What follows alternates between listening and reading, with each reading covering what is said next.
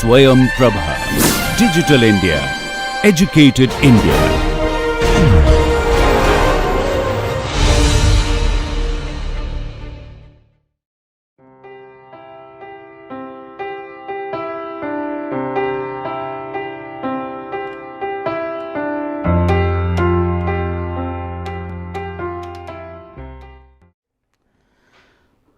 So, good afternoon. Now, we are going to conclude the first week of lecture, and in lecture 5 what we are going to talk about is that how performance management can be used for the growth and development of employees. And another issue that we are going to discuss is that when you are going to develop a performance management system, it is very important to identify those areas based on job description data, that what are the areas where you are looking for that employee to have a standard performance or improve their performance. So, in this lecture we are going to cover these two issues. The first is what is the role of performance management in employee development, and the second thing that we are going to discuss is how we are going to identify key performance areas. So, to start with, first of all we are going to see that how we can develop a plan for employees growth and development, right. So, most of the things we have already discussed, but here we want to specify specifically that what are the things that is to be done in order to improve the performance of the employees. And when we are going to develop a plan for the development of the employees, what are the things that need to be done. Now, if you look at this employee development plan, it talks about a lot of issues. So, the first thing is that we have to specify what are the plan of action that is to be taken. It means, once you are able to identify plan for the development of the employees in consultation with your supervisor, you are supposed to specify specific courses of action that is to be taken. Say for example, you are working as a HR professional and then you are supposed to negotiate with the employees, right, or their representatives, say unions, but you are not able to negotiate properly, and that is why they are taking an advantage, right, not creating a level playing field. So, the specific course of action here would be that you must learn negotiation skills, so that you are in a better position to negotiate with union and their representatives or employee representatives, and this is the area of improving your performance. So, it is important to specify what are the specific courses of action that one has to take in order to improve the performance. Now, if you have developed a plan, then it would also help you to see that what are the changes that is happening in your field or your profession or your area. Say for example, if you are a faculty in a particular specific area, say you are a faculty in marketing or a faculty in say finance or you are faculty in HR. So, if you are really concerned about your development, then you should know what is happening in the field, what kind of growth and development is happening, what kind of research is going on, what kind of networking is required for you to grow and develop you as a profession. So, this should also be included as a part of what you call your development plan. This development plan actually is based upon what? It is based upon two things. One is that you should be able to identify your strength and also your weaknesses are the areas where you need to improve yourself. So, the basic idea of the development approach at all is to look into these two issues, identifying strength and also identifying weaknesses. The idea is that if you are able to identify strength and weaknesses both, then in that case what happens? You can see that what plans needed is to correct yourself in order to improve your behavior or results on certain areas or accounts, and similarly you can further strengthen your core competence areas, right. So, it is very important for you to identify your development plan keeping in mind your competence as well as your weaknesses both, because your weaknesses might hinder your performance, right. So, when you are planning for performance and you have a developmental approach, it is very important that you develop an action plan to see that what are the areas where you need to develop yourself, right. Then if you are going for a development plan, then as a subordinate or as a line manager, you should think about some of the issues especially related to the development plan, that is, what is my development goal? How can I learn continuously, right? How can I do better in the future?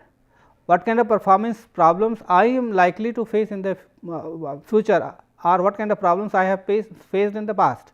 So, if you have faced certain performance related issues and then you want to really develop yourself, then you should specify that within a given time frame how you can grow and develop, how can you do better in the next performance cycles.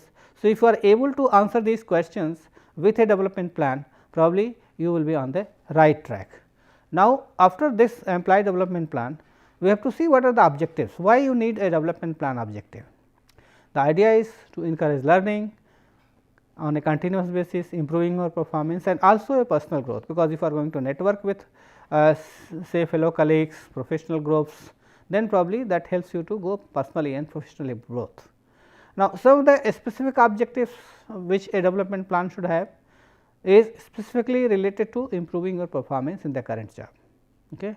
Not only improving, but also maintaining the same performance level, that is sustaining the performance. Okay. That is very, very important, because suppose as a sales people you say that your target is to achieve x number of units in a given time period. Okay. So, whether you will be able to sustain this performance and maybe next performance cycle you want to have say x plus 1 units. So, you are talking about sustaining performance and also improving performance on the current job, right.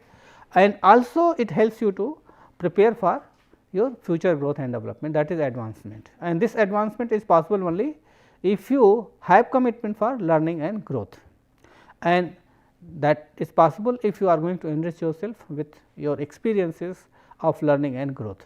So, a development plan must look into these things, and that has to be done on a continuous basis, so that you are able to grow and develop.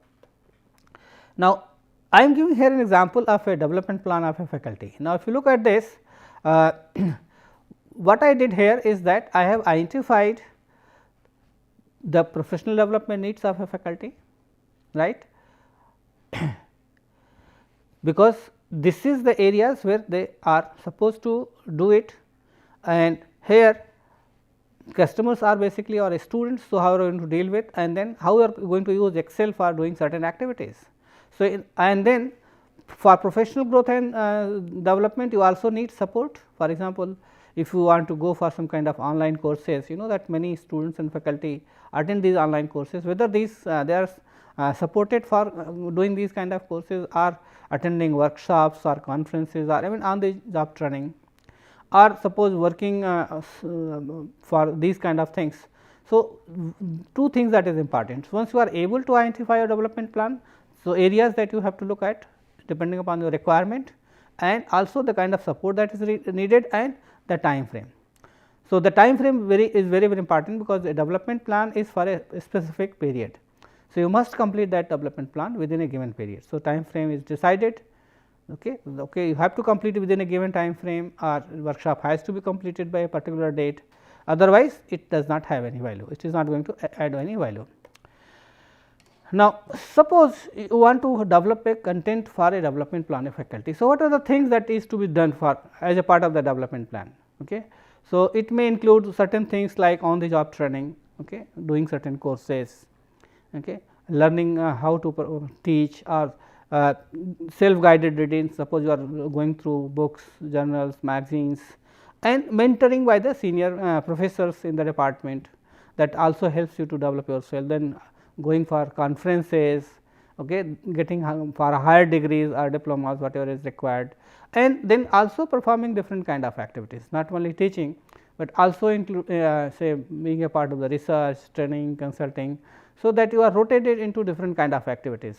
In addition to that, you also need to take certain administrative responsibilities as a part of the job, so that it will broaden your and enrich your experience.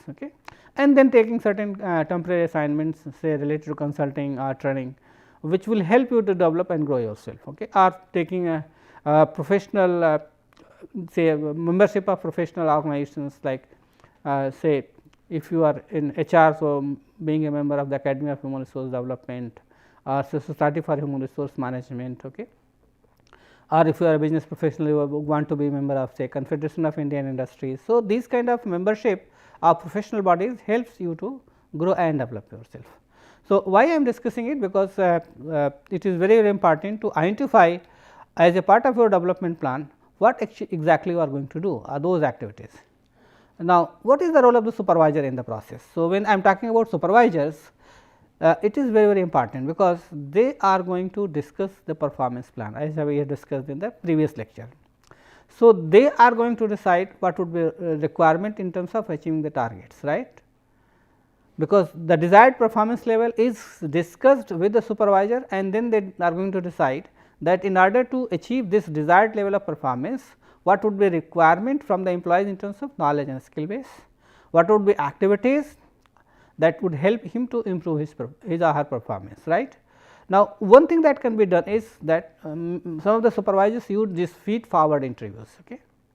Feed forward interviews are basically help individuals to understand what kind of behaviors and skills would individuals would require to perform well. So, you are going to ask questions, explore this from the subordinates to understand the behavioral requirement and skill requirements which would be there for performing well on the job, and also whether these behaviors and skill can be improved further, so that there is a improvement in the performance. And how this is done, this feed forward interview, you go through the interview process and ask them, okay, so you tell me what are the things that you did successfully and how you did it.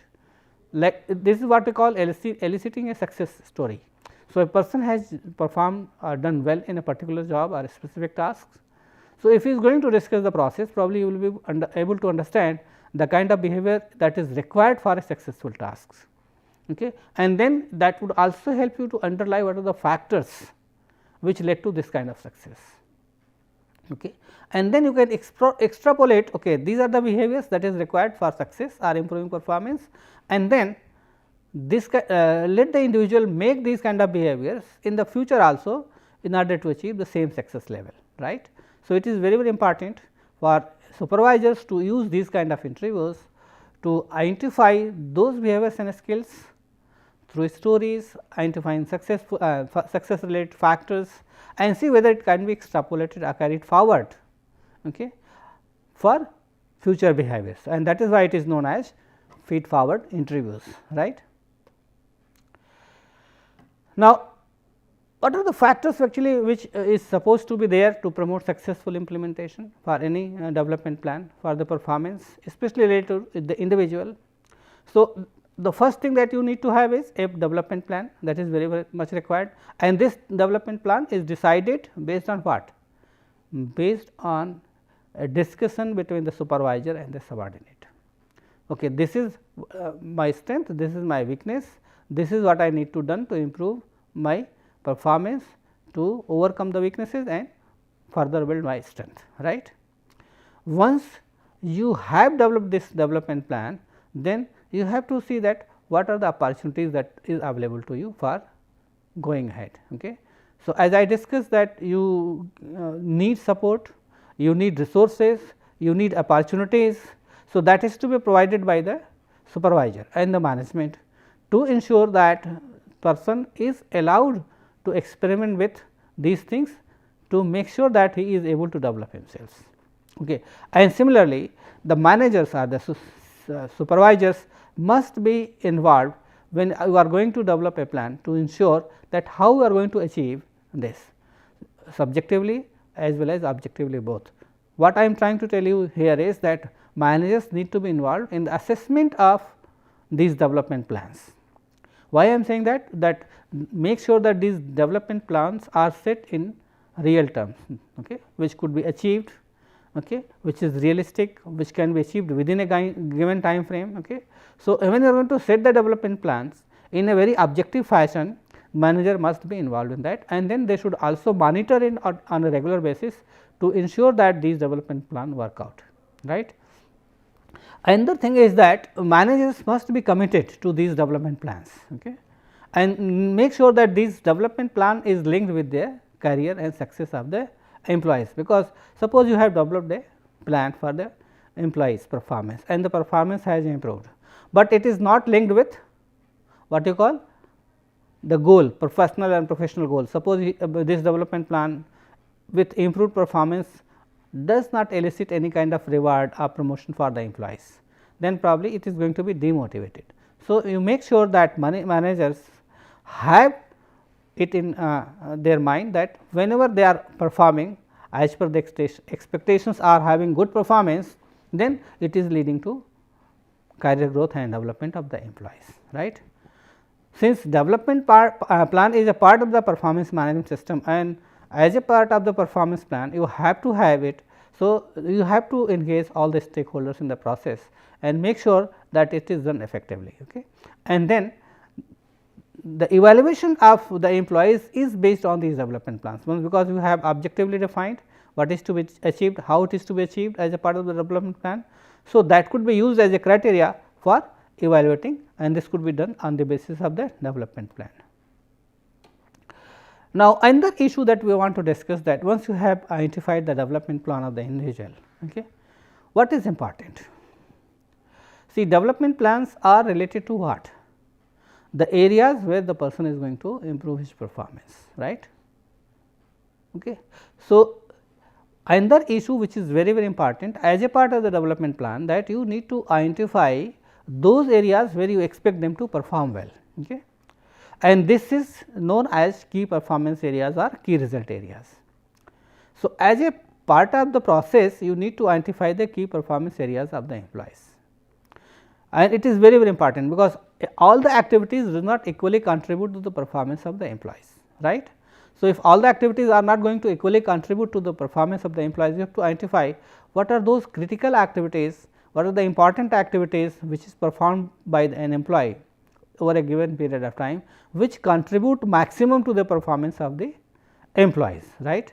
So, it is very important to identify the key performance areas, right, both in terms of behavior as well as in terms of results, right.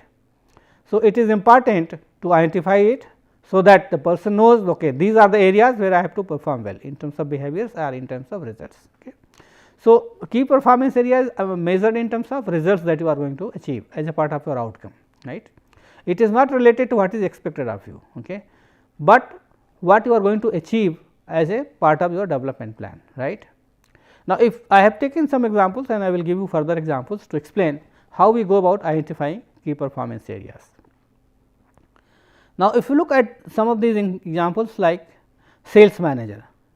So, sales, as a part of the sales manager job, you are going to perform a different kind of activities like contacting customers, going for market survey for new products, attending customer complaints, okay, providing better customer services through your agents and these kind of things.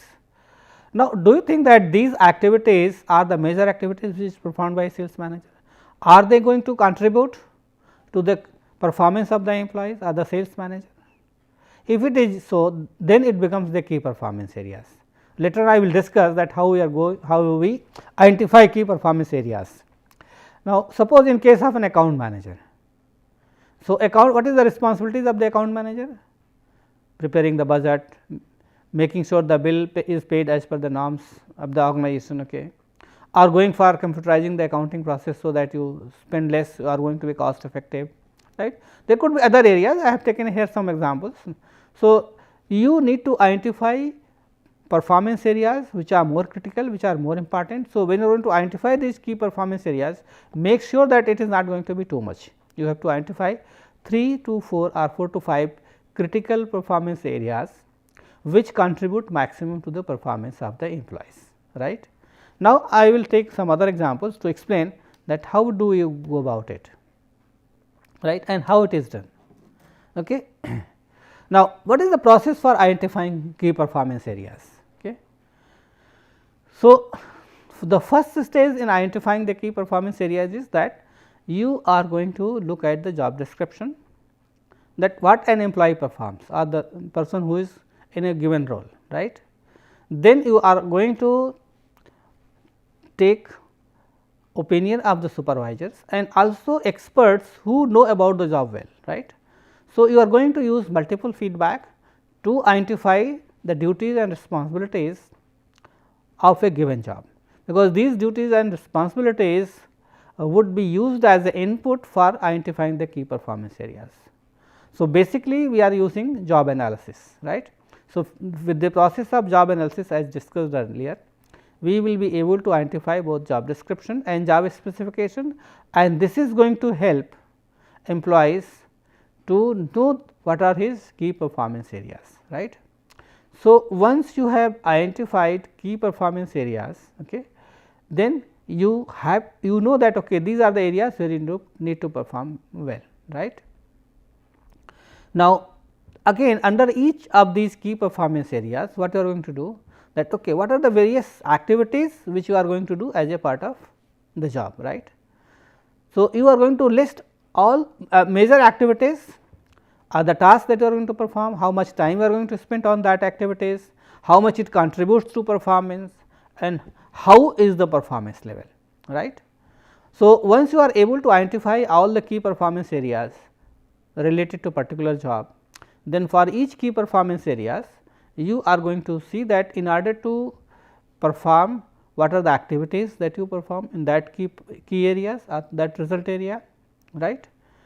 Then how much time you are spending, how this job is contributing to your performance, and what is the level of performance, right.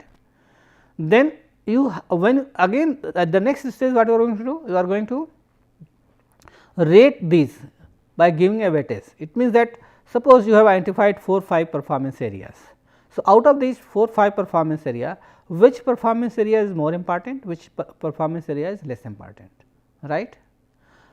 And then you are going to identify different performance areas for different kind of jobs. So, for each job you are going to identify key performance areas, and for each key performance areas again you are going to further subdivide into tasks, time, contribution and level of performance, right.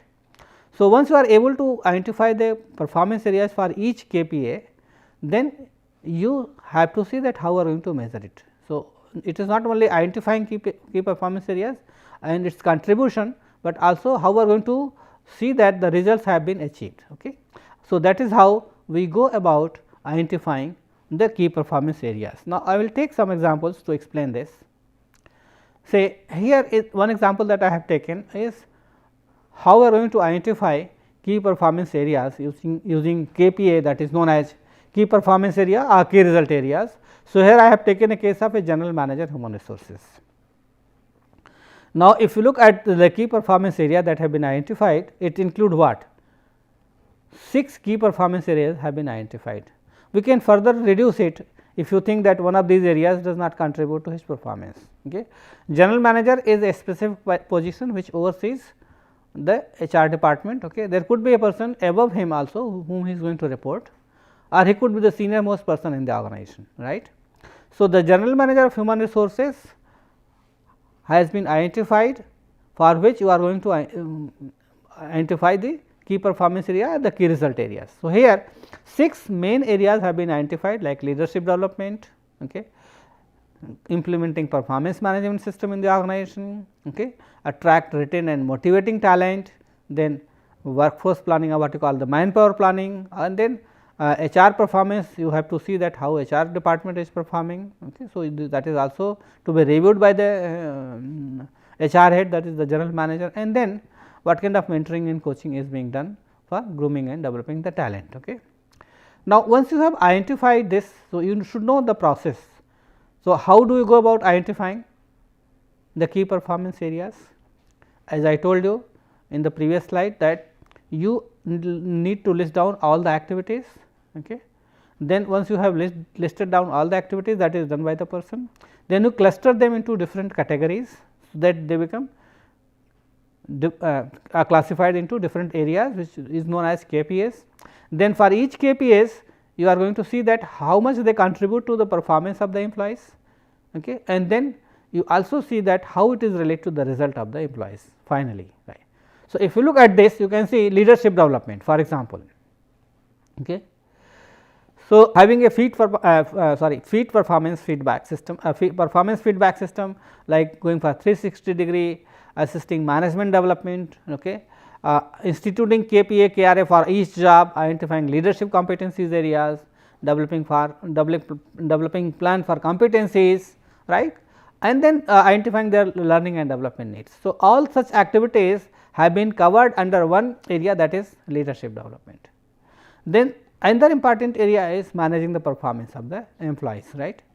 So, you have to see that general manager HR is responsible for implementing a good performance management system in the organization, and then he is also going to see whether this performance management system is effective or not. So, if there is an issue, then he is going to review and redesign it. So, that is another important area. Then the third important area is related to motivation and development of the employees, right. It is very, very important, because you have to have a good compensation system, you have to see that how you are going to recruit good people, assess their performance and see that you are able to take career growth of the employees, right. Then another important area is manpower planning, where we are going to see that after the job analysis you are able to identify the requirement of the people in terms of quality and quantity both, because you are responsible and you need to justify that there is no surplus people or the less people in the organization to perform. Then you also are supposed to be responsible for looking at the HR department itself. So, you have to see that performance of the HR department, how it is performing, right, what kind of role it is doing, what is the contribution of the HR department, okay. And then another important activity that you are going to take up is related to mentoring and coaching, that how you are going to groom and develop talented employees in the organization, so that organization is able to perform well. And your performance is based on these key performance area, which is going to contribute to organizational performance, right. You remember in the beginning we talked about aligning individual performance with the group performance and then finally to organizational performance, right. So, here you can see that these key performance areas have been identified. Under each key performance area we are able to identify list of activities, and under each activities we have to see that how they contribute to performance, how much time we are going to spend on this, right, and what is its outcome or contribution to the result. Now, we are going to take up another exercise, that is how we are going to use KPIs for faculty or for institute or a university. Now, 4 basically areas that I have identified here is teaching, training and consulting, research and administrative responsibilities. So, most of the areas or most of the activities which is done by a faculty in an institute or university is covered by here. Now, you can look at it. Now, what is to be done? Now, once you have been able to identify key performance areas for a faculty, then you are going to see that what are the key activities that is to be identified in each areas, right. Say for example, teaching. So, what are the various activities which is a part of the teaching, okay, like taking lectures, evaluations, interacting with the students, giving them feedback. So, all these are the activities which is a part of teaching, right. So, you need to list out all the main activities which you are going to conduct as a part of the KPS. Now, second, say training and consulting. So, what are the key activities that you take up? Offering courses, taking projects, funding from the industry. So, all this is basically related to what you call training and consulting. Then doing research, publishing papers, monographs, journals, books, right. So, these comes under research. Then taking certain administrative responsibilities, because as a teacher you are not going to only teach or take up research and training assignments, but also given some administrative responsibilities like working as a head of the departments, deans, wardens, professor in charge of various activities, admissions. So, you also look into these activities. Okay. So, look at the second point, that is key activities that need to be identified for each area, and that is how we will be able to identify or list down 3 to 4 major activities for each of these KPIs. Now, then for each of these key KPIs or each activities that you have identified through KPIs, next is that you are going to identify the performance targets. So, for teaching, so you have to identify what is your target, how many courses you are going to teach per semester. Say research, your target would be how many papers you are going to publish, okay, how much administrative responsibility you are going to take. So, this performance target has to be specific, okay, so that it could be used for measuring, right. Then analyzing and feedback. So, when we are talking about performance analysis and feedback, you have to say that how your performance would be analyzed, because if you have targets, your performance would be measured against this, whether you have been able to do those things or not, whether you have been able to perform those activities or not, and then your seniors or head of the departments or dean is going to provide you feedback against the performance targets that have been set under each of these KPIs, right. And then you can follow it up for the next cycle. Okay, for the next performance cycle, for these KPIs, these are the activities, these are the targets and these kind of things. Another issue that is very important along with this, that for each of these KPIs what you are going to do is that you are going to see that how important it is for you, okay, and how much weightage you are giving in terms of its contribution to your job performance. Say for example, if you take teaching, training, consulting, research and administrative responsibilities, are you giving equal weightage to this? Say if you want to go for this, so we have 4 different areas: teaching, training and research, consulting and taking administrative responsibilities.